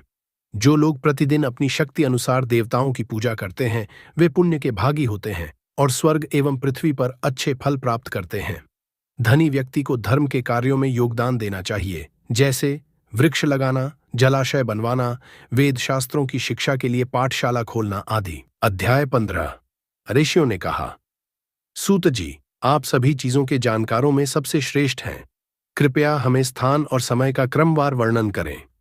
सूत जी बोले, महर्षियों, देवताओं की पूजा और यज्ञ आदि कर्मों का फल घर में करने पर भी मिलता है, लेकिन अगर ये कर्म गौशाला में किए जाएं तो घर की तुलना में 10 गुना अधिक फल मिलता है। जलाशय, तालाब, नदी के किनारे करने से यह फल और बढ़ जाता है। वहीं बेल, तुलसी और पीपल के पास किया गया कर्म जलाशय के किनारे किए गए कर्म से भी 10 गुना अधिक फल देता है। देवालय का स्थान इससे भी 10 गुना श्रेष्ठ माना गया है। मंदिर से 10 गुना श्रेष्ठ तीर्थ नदी का किनारा होता है और उससे भी 10 गुना अधिक फल सप्तगंगा नामक पवित्र नदियों के किनारे मिलता है। सप्तगंगा में गंगा, गोदावरी, कावेरी, ताम्रपर्णी, सिंधु, सरयू और नर्मदा शामिल हैं। समुद्र का किनारा इन नदियों से भी अधिक पवित्र माना गया है और पर्वत की चोटी समुद्र तट से भी अधिक पवित्र होती है। लेकिन सबसे महत्वपूर्ण स्थान वही होता है जहां मन को शांति और सुकून मिले। अब समय की बात करें, सत्ययुग में की गए यज्ञ और दान का पूरा फल मिलता था। त्रेता युग में यह फल 3/4, द्वापर युग में आधा और कलयुग में केवल 1/4 ही प्राप्त होता है। कलयुग के अंत में यह फल और भी कम हो जाता है। जो व्यक्ति पवित्र और शुद्ध मन से सत्कर्म करता है उसे हर दिन समान फल प्राप्त होता है, लेकिन यदि कोई सत्कर्म सूर्य संक्रांति के दिन करे तो उसका फल 10 गुना अधिक होता है। यह लाभ विषुव 21 मार्च और 22 सितंबर को, जब दिन और रात बराबर होती है, कि दिन होता है। रात बराबर होते हैं कि समय और बढ़ जाता है। कर्क संक्रांति के दिन किया गया पुण्य कर्म विषुव से 10 गुना अधिक फल देता है। मकर संक्रांति का पुण्य कर्म उससे भी अधिक, चंद्र ग्रहण के समय किया गया पुण्य उससे भी अधिक और सूर्य ग्रहण के समय किया गया पुण्य सबसे अधिक फल देता है। सूर्य ग्रहण के समय स्नान, दान और जप करने से विशेष पुण्य मिलता है, क्योंकि यह समय नकारात्मक शक्तियों के प्रभाव को कम करने वाला होता है। जन्म नक्षत्र के दिन और व्रत समाप्त होने के दिन भी सूर्य ग्रहण के समान पुण्यकारी होते हैं। लेकिन महापुरुषों की सत्संग का समय तो करोड़ों सूर्य ग्रहण से भी अधिक पवित्र माना जाता है। योगी, संत और विद्वान ब्राह्मण पूजा के योग्य होते हैं क्योंकि वे पापों का नाश करने में सहायक होते हैं। विशेष रूप से वह ब्राह्मण जो 24 लाख गायत्री मंत्रों का जप कर चुका हो, सभी प्रकार के पुण्य फल देने में सक्षम होता है। दान देने का भी महत्व बताया गया है। बिना मांगे दिया गया दान सबसे श्रेष्ठ होता है और पूरा फल देता है। यदि कोई याचना के बाद दान दे तो उसका आधा ही फल मिलता है। सेवक को दिया गया दान केवल 1/4 फलदायक होता है। यदि कोई निर्धन ब्राह्मण हो तो उसे दिया गया दान इस पृथ्वी पर 10 वर्षों तक सुख प्रदान करता है, और यदि वह ब्राह्मण वेद वेत्ता हो तो यह दान स्वर्ग में भी 10 वर्षों तक दिव्य सुख देता है। दान के लिए शुद्ध धन महत्वपूर्ण होता है। धर्मपूर्वक कमाया गया धन ही श्रेष्ठ माना गया है। क्षत्रियों के लिए शौर्य से, वैश्यों के लिए व्यापार से और शूद्रों के लिए सेवा से कमाया हुआ धन उचित होता है। स्त्रियों को जो धन उनके पिता या पति से प्राप्त हो वह उनके लिए श्रेष्ठ होता है। 12 महीनों में 12 वस्तुओं का दान करना चाहिए: गौ, भूमि, तिल, सोना, घी, वस्त्र, अन्न, गुड़, चांदी, नमक, लौकी, कुष्मांड और कन्या। गोदान से सभी प्रकार के पाप मिटते हैं और पुण्य बढ़ता है। भूमि दान से प्रतिष्ठा मिलती है, तिल दान से बल और आयु बढ़ती है, सोना देने से स्वास्थ्य सुधरता है, घी देने से शरीर पुष्ट होता है, वस्त्र दान से आयु लंबी होती है, अन्न देने से अच्छा भोजन प्राप्त होता है, चांदी देने से ताकत बढ़ती है, नमक देने से स्वादिष्ट भोजन मिलता है और लौकी, कुष्मांड देने से शरीर को पोषण मिलता है। कन्यादान को सबसे बड़ा दान माना गया है क्योंकि यह जीवन भर सुख और पुण्य देता है। जो व्यक्ति वेद शास्त्रों के ज्ञान को समझकर यह मानता है कि कर्मों का फल अवश्य मिलता है, वही सच्चा आस्तिक कहलाता है। जो व्यक्ति भय के कारण धर्म का पालन करता है, उसकी आस्तिकता निम्न श्रेणी की मानी जाती है। दान, तप और यज्ञ किसी भी रूप में किए जाएं, वे पुण्य देने वाले होते हैं। यदि किसी के पास धन न हो तो वह मंत्र जाप, व्रत या तीर्थ यात्रा द्वारा भी पुण्य कमा सकता है। जो कुछ भी देवताओं की भक्ति और श्रद्धा से किया जाता है वह पुण्यदायी होता है और अच्छे फल देता है। मनुष्य को हमेशा दान और तपस्या करनी चाहिए। अपने घर को स्वच्छ और सुंदर रखना भी पुण्य का कार्य माना गया है। जो भी दान किया जाए वह पूरी श्रद्धा और भक्ति से किया जाना चाहिए ताकि यह इहलोक और परलोक दोनों में सुख और मोक्ष प्रदान करे। अध्याय 16। आर्षियों ने बोला, साधु शिरोमणे, अब आप हमें पार्थिव प्रतिमा की पूजा का विधान बताइए जिसके फलस्वरूप समस्त अभीष्ट वस्तुओं की प्राप्ति होती है। सूतजी बोले, महर्षियों, तुम लोगों ने बहुत उत्तम प्रश्न पूछ लिया है। पार्थिव प्रतिमा का पूजन सदा संपूर्ण मनोरथों को प्रदान करने वाला है एवं दुख का तत्काल निवारक है। मैं उसका वर्णन करता हूं, तुम सभी उसको ध्यान से सुनो। इस भूतल पर पृथ्वी आदि की बनी हुई देय प्रतिमाओं की पूजा अभीष्टदायक मानी गई है। निश्चय ही इसमें पुरुषों का और स्त्रियों का भी अधिकार है। नदी, पोखरे अथवा कुएं में प्रवेश करके पानी के भीतर से मिट्टी ले आए, फिर गंध चूर्ण के द्वारा उसका संशोधन करे और शुद्ध ममंडप में रखकर उसे महीन पीसे और साने। इसके पश्चात हाथ से प्रतिमा बनाकर दूध से उसका सुंदर संस्कार करे। उस प्रतिमा में अंग प्रत्यंग अच्छी तरह प्रकट हुए हों एवं वह सभी प्रकार के अस्त्र शस्त्रों से संपन्न बनाई गई हो। तदनंतर उसे पद्मासन पर स्थापित करके आदर पूर्वक उसका पूजन करे। गणेश, सूर्य, विष्णु, दुर्गा और शिव की प्रतिमा का, शिव का एवं शिवलिंग का द्विज को सदा पूजन करना चाहिए। षोडशोपचार पूजन जनित फल की सिद्धि के लिए 16 उपचारों द्वारा पूजन करना चाहिए। पुष्प से प्रोक्षण और मंत्र पाठ पूर्वक अभिषेक करे। अघनी के चावल से नैवेद्य तैयार करे। सारा नैवेद्य एक कुड़व लगभग पाव भर होना चाहिए। घर में पार्थिव पूजन के लिए एक कुड़व और बाहर किसी मनुष्य द्वारा स्थापित शिवलिंग के पूजन के लिए एक प्रस्थ सेर भर नैवेद्य तैयार करना आवश्यक है। देवताओं द्वारा स्थापित शिवलिंग के लिए 3 सेर नैवेद्य अर्पित करना उचित है और स्वयं प्रकट हुए स्वयंभू लिंग के लिए 5 सेर। ऐसा करने पर पूर्ण फल की प्राप्ति समझनी चाहिए। इस प्रकार सहस्त्र बार पूजा करने से द्विज सत्य लोक की प्राप्ति कर लेता है। 12 अंगुल चौड़ा, इससे दूना एवं 1 अंगुल अधिक अर्थात 25 अंगुल लंबा तथा 15 अंगुल चौड़ा लोहे या लकड़ी का बना हुआ जो पात्र होता है उसे विद्वान पुरुष शिव बोलते हैं। उसका 8वां भाग प्रस्थ बोला जाता है जो 4 कुड़व के बराबर माना गया है। मनुष्य द्वारा स्थापित शिवलिंग के लिए 10 प्रस्थ, ऋषियों द्वारा स्थापित शिवलिंग के लिए 100 प्रस्थ और स्वयंभू शिवलिंग के लिए 1 सहस्त्र प्रस्थ नैवेद्य निवेदन किया जाए तथा जल, तेल आदि एवं गंध द्रव्यों की भी यथा योग्य मात्रा रखी जाए तो यह उन शिवलिंगों की महापूजा बताई जाती है। देवता अभिषेक करने से आत्मशुद्धि होती है, गंध से पुण्य की प्राप्ति होती है, नैवेद्य लगाने से आयु बढ़ती और तृप्ति होती है, धूप निवेदन करने से धन की प्राप्ति होती है, दीप दिखाने से ज्ञानोदय होता है और तांबुल समर्पण करने से भोग की प्राप्ति होती है। अतः स्नान आदि 6 उपचारों को यत्नपूर्वक अर्पित करे। नमस्कार और जप ये दोनों संपूर्ण अभीष्ट फलदायक हैं। अत भोग और मोक्ष की इच्छा रखने वाले मनुष्य को पूजा के अंत में सदा ही जप और नमस्कार करने चाहिए।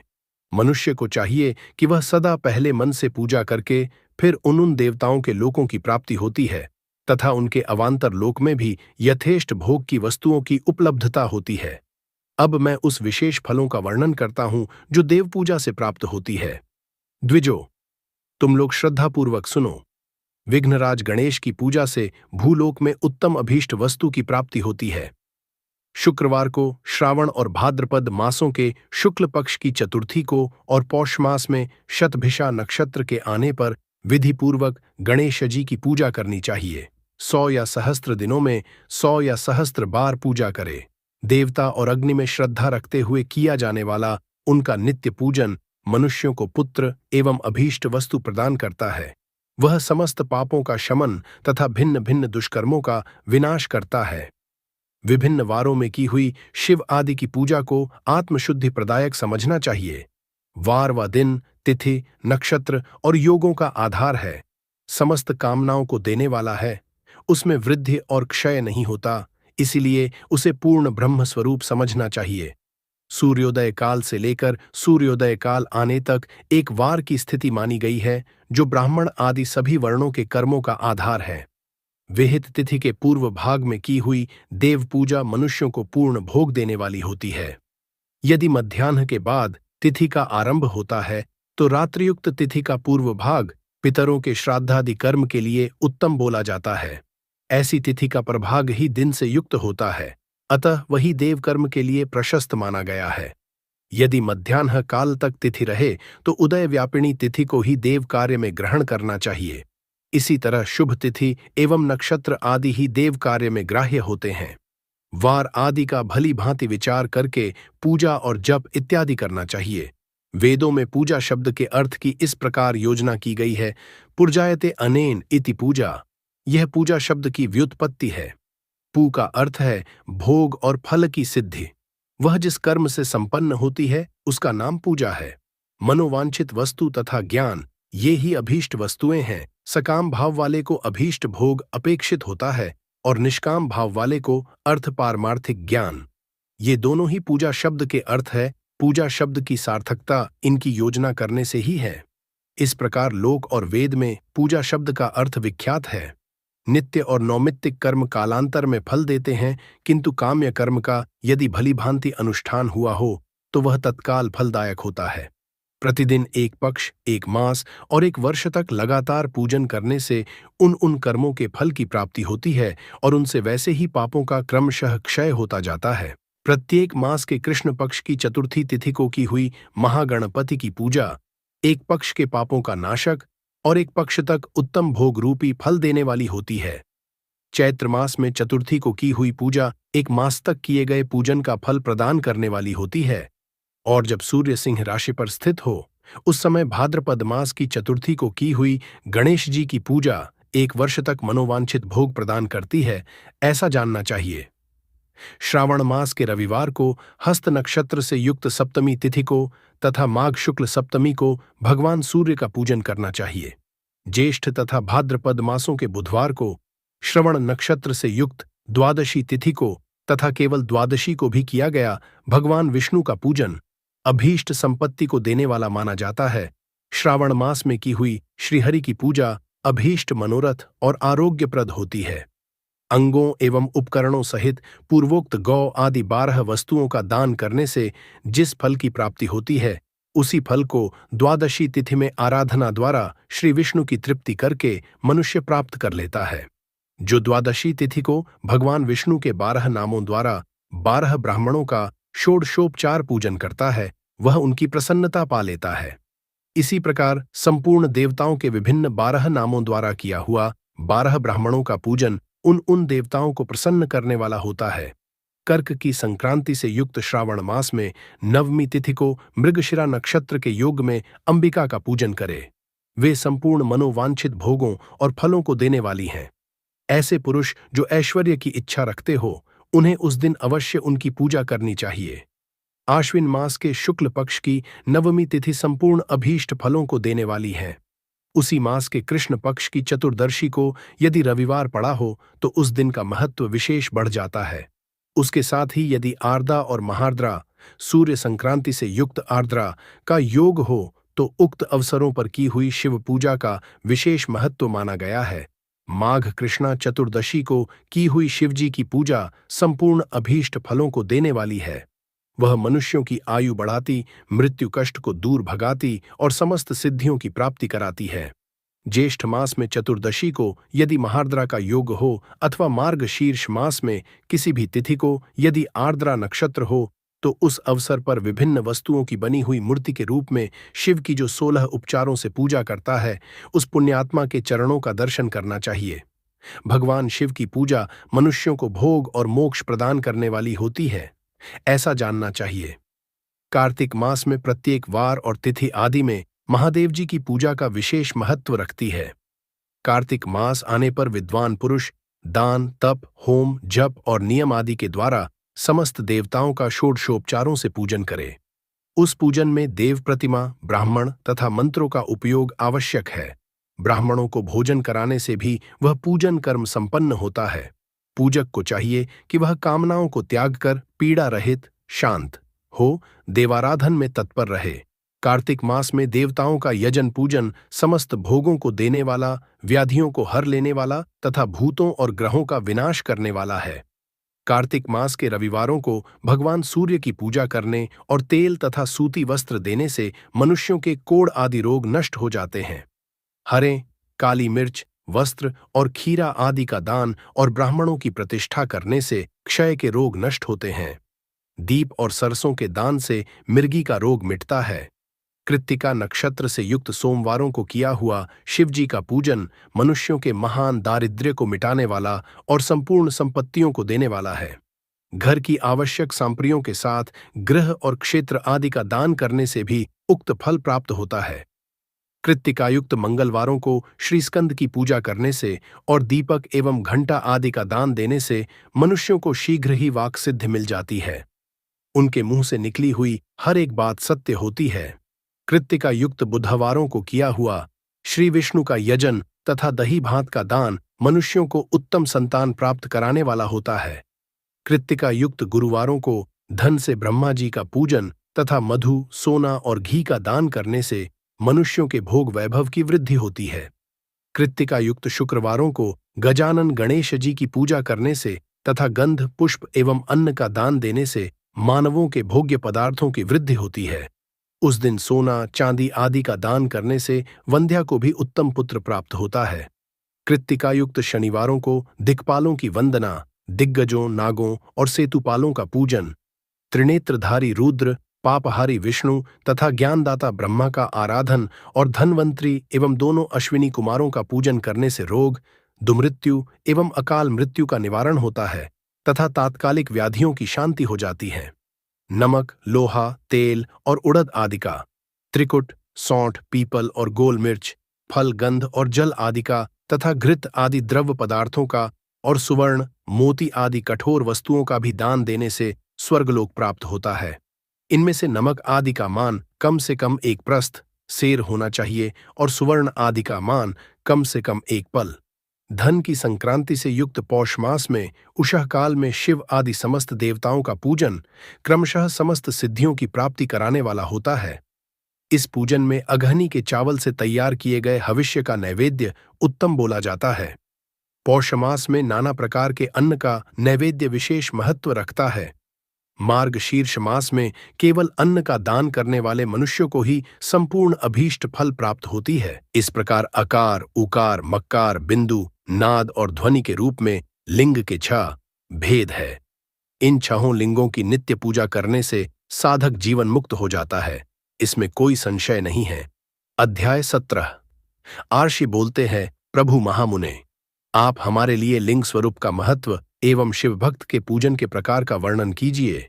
सूत जी कहते हैं, महर्षियों, आप लोग तपस्या के धनी हैं, आपने यह बड़ा सुंदर प्रश्न पूछा किया है, किंतु इसका ठीक ठीक उत्तर महादेव जी को ही ज्ञात है, दूसरा कोई नहीं। तथापि भगवान शिव की कृपा से ही मैं इस विषय का वर्णन करूंगा। भगवान शिव हमारी और आप लोगों की रक्षा का भारी भार बारंबार स्वयं ही ग्रहण करे। प्र नाम है प्रकृति से उत्पन्न संसार रूपी महासागर का। प्रणव इससे पार करने के लिए दूसरी नाव है, अतः ओंकार को प्रणव की संज्ञा देते हैं। ओमकार अपने जप करने वाले साधकों से कहता है, प्रपंच न नहीं है, वल तुम लोगों के लिए। अतः इस भाव को लेकर भी ज्ञानी पुरुष ओम को प्रणव नाम से जानते हैं। इसका दूसरा भाव यूं है, प्रप्रकषेण न नयेत व पुष्मान मोक्षम इति व प्रणव, अर्थात यह तुम सब उपासकों को बलपूर्वक मोक्ष तक प्राप्त करा देगा। इस अभिप्राय से भी इसे आर्षि मुनि प्रणव कहते हैं। अपना जप करने वाले योगियों के एवं अपने मंत्र की पूजा करने वाले उपासक के समस्त कर्मों का नाश करके यह दिव्य नूतन ज्ञान देता है, इसलिए भी इसका नाम प्रणव है। उन माया रहित महेश्वर को ही नव अर्थात नूतन कहते हैं। वे परमात्मा प्रकृष्ट रूप से नव अर्थात शुद्ध स्वरूप हैं, इसलिए प्रणव कहलाते हैं। प्रणव साधक को नव अर्थात नवीन शिव स्वरूप कर देता है, इसलिए भी विद्वान पुरुष उसे प्रणव के नाम से जानते हैं। अथवा प्रकृष्ट रूप से नव दिव्य परमात्मा ज्ञान प्रकट करता है, इसलिए वह प्रणव है। प्रणव के 2 भेद स्थूल और सूक्ष्म बताए गए हैं। एक अक्षर रूपी AUM को सूक्ष्म प्रणव जानना चाहिए और नमः शिवाय इस 5 अक्षर वाले मंत्र को स्थूल प्रणव जानना चाहिए। जिसमें 5 अक्षर व्यक्त नहीं हैं वह सूक्ष्म है, और जिसमें 5 अक्षर सुस्पष्ट रूप से व्यक्त हैं वह स्थूल है। जीव मुक्त पुरुष के लिए सूक्ष्म प्रणव के जप का विधान है, वही उसके लिए समस्त साधनों का सार है। वह अपने शरीर का विलय होने तक सूक्ष्म प्रणव मंत्र का जप और उसके अर्थभूत परमात्म तत्व का अनुसंधान करता रहता है। जब शरीर नष्ट हो जाता है तब वह पूर्ण ब्रह्म स्वरूप शिव की प्राप्ति कर लेता है। यह सुनिश्चित बात है।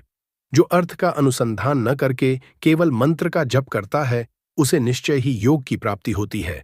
जिसने 36 करोड़ मंत्र का जप कर लिया हो उसे अवश्य ही योग की प्राप्ति होती है। सूक्ष्म प्रणव के भी ह्रस्व और दीर्घ के भेद से 2 रूप जानने चाहिए।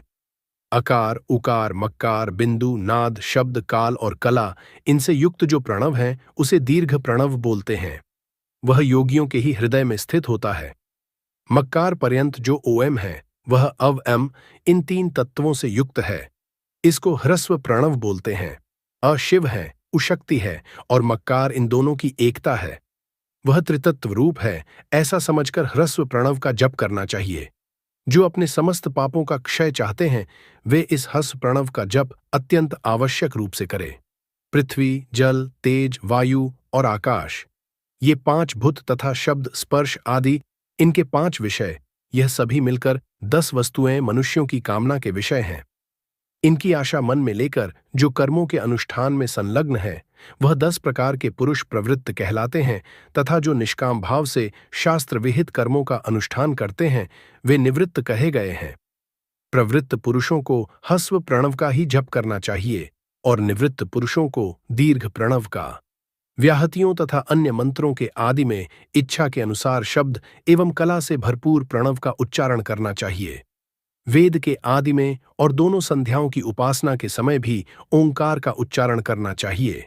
प्रणव का 9 करोड़ जप करने से मनुष्य शुद्ध हो जाता है। फिर 9 करोड़ का जप करने से वह पृथ्वी तत्व पर विजय पा लेता है। तत्पश्चात पुनः 9 करोड़ का जप करके वह जल तत्व को जीत लेता है। पुनः 9 करोड़ जप से अभी तत्व पर विजय पाता है। तदनंतर फिर 9 करोड़ का जप करके वह वायु तत्व पर विजयी होता है। फिर 9 करोड़ के जप से आकाश को अपने अधिकार में कर लेता है।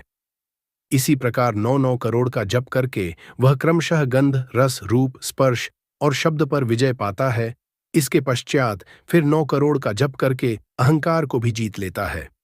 इस प्रकार 108 करोड़ प्रणव का जप करके उत्कृष्ट बोध को प्राप्त हुआ पुरुष शुद्ध योग का लाभ करता है। शुद्ध योग से युक्त होने जाने पर वह जीवन मुक्त हो जाता है, इसमें संशय नहीं है। सदा प्रणव का जप और प्रणव रूपी शिव का ध्यान करते करते समाधि में स्थित हुआ महायोगी पुरुष साक्षात शिव ही हैं, इसमें संशय नहीं है।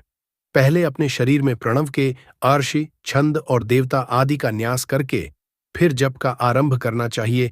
अकारादि मात्र का वर्णों से युक्त प्रणव का अपने अंगों में न्यास करके मनुष्य आर्षि हो जाता है। मंत्रों के दशविद्य संस्कार, मात्र का न्यास तथा षड्व शोधन आदि के साथ संपूर्ण न्यास फल उसे प्राप्त हो जाता है। प्रवृत्ति तथा प्रवृत्ति निवृत्ति से मिश्रित भाव वाले पुरुषों के लिए स्थूल प्रणव का जप ही अभीष्ट साधक होता है। क्रिया, तप एवं जप के योग से शिव योगी 3 प्रकार के होते हैं, जो क्रमशः क्रिया योगी, तपो योगी और जप योगी कहलाते हैं। जो धन आदि वैभवों से पूजा सामग्री का संचय करके हाथ आदि अंगों से नमस्कार आदि किया करते हुए इष्ट देव की पूजा में लगा रहता है, वह क्रिया योगी कहलाता है। पूजा में संलग्न रहकर जो परिमित भोजन करता, बाह्य इंद्रियों को जीतकर वश में किए रहता और मन को भी वश में करके परद्रोह आदि से दूर रहता है, वह तपोयोगी कहा जाता है। इन सभी सद्गुणों से युक्त होकर जो सदा शुद्ध भाव से रहता एवं समस्त काम आदि से दोष रहित हो शांत चित्त से निरंतर जप किया करता है, उसे महात्मा पुरुष जपयोगी मानते हैं। जो मनुष्य 16 प्रकार के उपचारों से शिवयोगी महात्माओं की पूजा करता है, वह शुद्ध होकर सालोक्य आदि के क्रम से उत्तरोत्तर उत्कृष्ट मुक्ति को प्राप्त कर लेता है। द्विजो, अब मैं वर्णन करता हूं जपयोग का, तुम सभी लोग ध्यान से सुनो। तपस्या करने वाले के लिए जप का उपदेश किया गया है, क्योंकि वह जप करते करते अपने आप को निष्पाप कर लेता है। ब्राह्मणों, पहले नमः पद हो, उसके बाद चतुर्थी विभक्ति में शिव शब्द हो तो पंचतत्वात्मक नमः शिवाय मंत्र होता है। इसे शिव पंचाक्षर कहते हैं। यह स्थूल प्रणव रूप है। इस पंचाक्षर के जप से ही मनुष्य संपूर्ण सिद्धियों को प्राप्त कर लेता है। पंचाक्षर मंत्र के आदि में ओंकार लगाकर ही सदा उसका जप करना चाहिए। द्विजो, गुरु के मुख से पंचाक्षर मंत्र का उपदेश पाकर जहां सुखपूर्वक निवास किया जा सके, ऐसी उत्तम भूमि पर महीने के पूर्व पक्ष शुक्ल में प्रतिपदा से आरंभ करके कृष्ण पक्ष की चतुर्दशी तक निरंतर जप करता रहे। माघ एवं भादों के महीने का अपना विशिष्ट महत्व है। यह समय सभी समयों से उत्तमोत्तम माना गया है।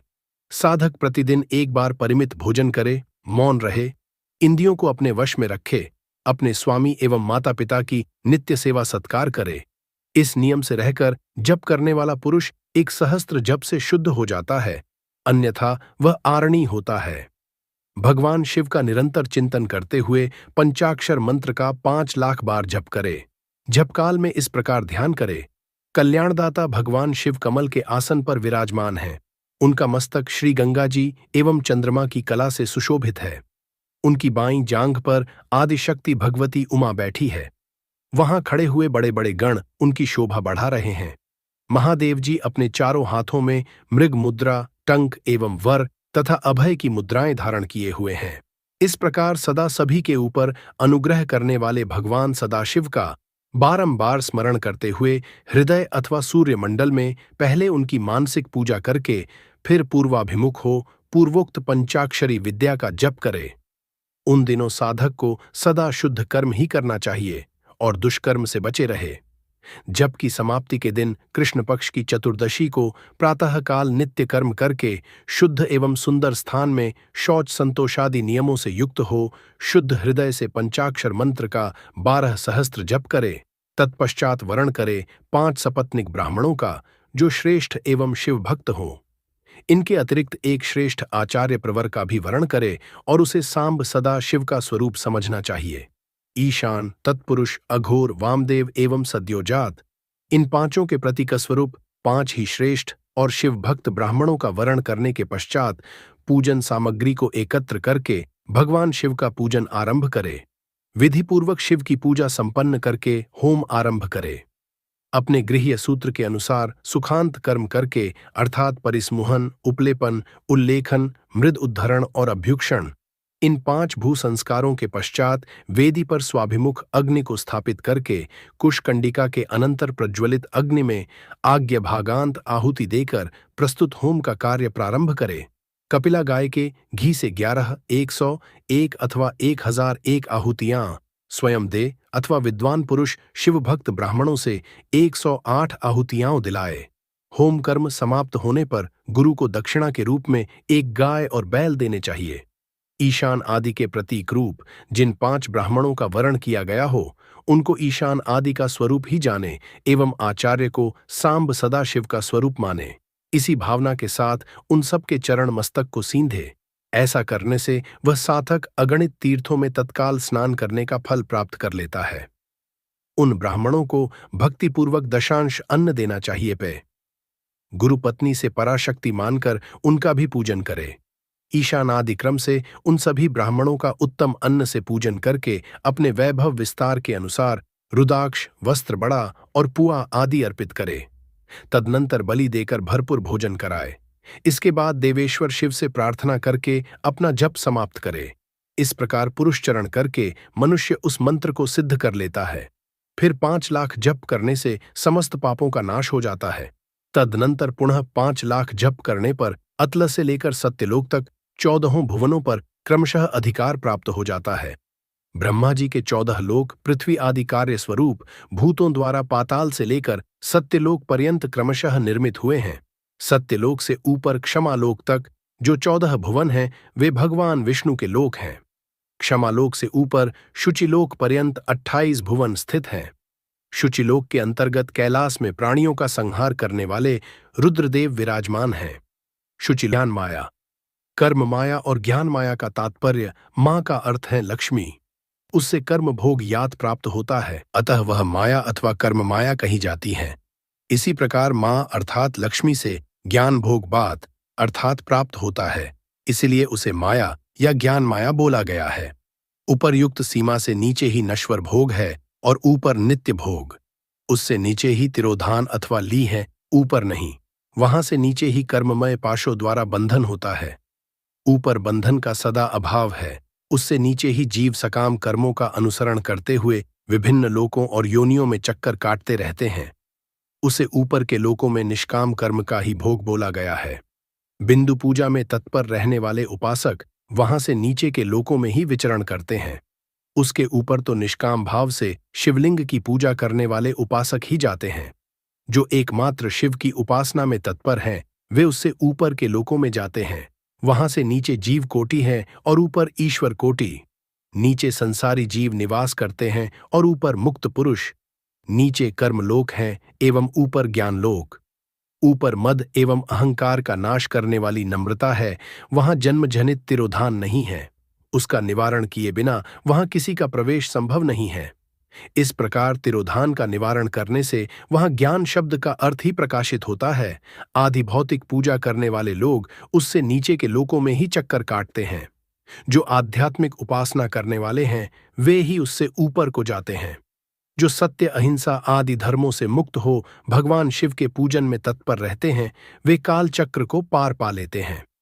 काल चक्रेश्वर की सीमा तक जो विराट महेश्वर लोक बताया गया है, उससे ऊपर वृषभ के आकार में धर्म की स्थिति है। वह ब्रह्मचर्य का मूर्तिमान रूप है। उसके 4 पाद सत्य, शौच, अहिंसा और दया हैं। वह साक्षात शिवलोक के द्वार पर खड़ा है। क्षमा उसके सींग है, शम काण है, वह वेद्य निरूपी शब्द से विभूषित है।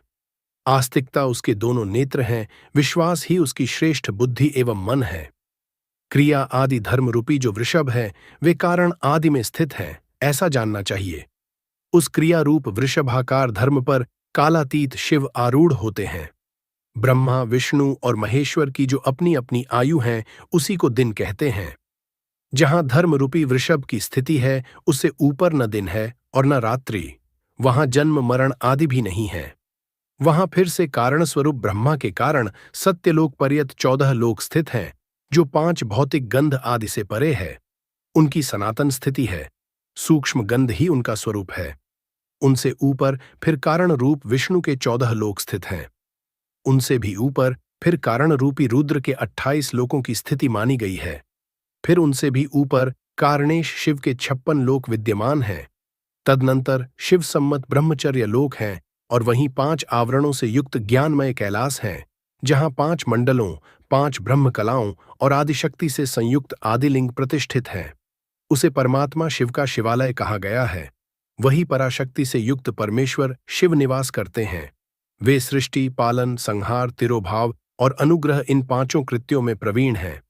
उनका श्री विग्रह सच्चिदानंद स्वरूप है। वे सदा ध्यान रूपी धर्म में ही स्थित रहते हैं और सदा सभी पर अनुग्रह करते हैं। वे स्वात्मा राम हैं और समाधि रूपी आसन पर आसीन हो नित्य विराजमान होते हैं। कर्म एवं ध्यान आदि का अनुष्ठान करने से क्रमशः साधन पथ में आगे बढ़ने पर उनका दर्शन साध्य हो जाता है। नित्य नैमित्तिक आदि कर्मों द्वारा देवताओं का यजन करने से भगवान शिव के समाराधन कर्म में मन लगता है। क्रिया आदि जो शिव संबंधी कर्म है, उनके द्वारा शिव ज्ञान सिद्ध करे। जिन्होंने शिव तत्व का साक्षात्कार कर लिया है अथवा जिन पर शिव की कृपा दृष्टि पड़ चुकी है, वे सभी मुक्त हैं, इसमें संशय नहीं है। आत्मस्वरूप से जो स्थिति है वही मुक्ति है। एकमात्र अपने आत्मा में रमण या आनंद का अनुभव करना ही मुक्ति का स्वरूप है। जो पुरुष क्रिया, तप, जप, ज्ञान और ध्यान रूपी श्रमों में भली भांति स्थित हैं, वह शिव का साक्षात्कार करके स्वात्मारामत्व रूप मोक्ष की भी प्राप्ति कर लेता है। जैसे सूर्यदेव अपनी किरणों से अशुद्धि को दूर कर देते हैं, वैसे ही कृपा करने में कुशल भगवान शिव अपने भक्तों के अज्ञान को मिटा देते हैं। अज्ञान की निवृत्ति हो जाने पर शिव ज्ञान स्वतः प्रकट हो जाता है। शिव ज्ञान से अपना विशुद्ध स्वरूप आत्मारामत्व प्राप्त होता है एवं आत्मारामत्व की सम्यक सिद्धि हो जाने पर मनुष्य कृतकृत्य हो जाता है। इस तरह यहाँ जो कुछ बोला गया है वह पहले मुझे गुरु परंपरा से प्राप्त हुआ था। तत्पश्चात मैंने पुनः नंदीश्वर के मुख से इस विषय का श्रवण किया था। नंद स्थान से परे जो सर्वश्रेष्ठ शिव वैभव हैं, उसका अनुभव केवल भगवान शिव को ही है। साक्षात शिवलोक के उस वैभव का ज्ञान सबको शिव की कृपा से ही हो सकता है, अन्यथा नहीं, ऐसा आस्तिक पुरुषों का कथन है। साधक को चाहिए कि वह 5 लाख जप करने के बाद भगवान शिव की प्रसन्नता के लिए महाभिषेक एवं नैवेद्य निवेदन करके शिव भक्तों का पूजन करे। भक्त की पूजा से भगवान शिव बहुत प्रसन्न होते हैं। शिव और उनके भक्त में कोई भेद नहीं है, वे साक्षात शिव स्वरूप ही हैं। शिव स्वरूप मंत्र को धारण करके वह शिव ही हो गया रहता है। शिव भक्त का शरीर शिव रूप ही है, अतः उसकी सेवा में तत्पर रहना चाहिए। जो शिव के भक्त हैं वे लोक और वेद की सारी क्रियाओं को जानते हैं। जो क्रमशः जितना जितना शिव मंत्र का जप कर लेता है, उसके शरीर को उतना उतना शिव का सामीप्य प्राप्त होता है, इसमें संशय नहीं है।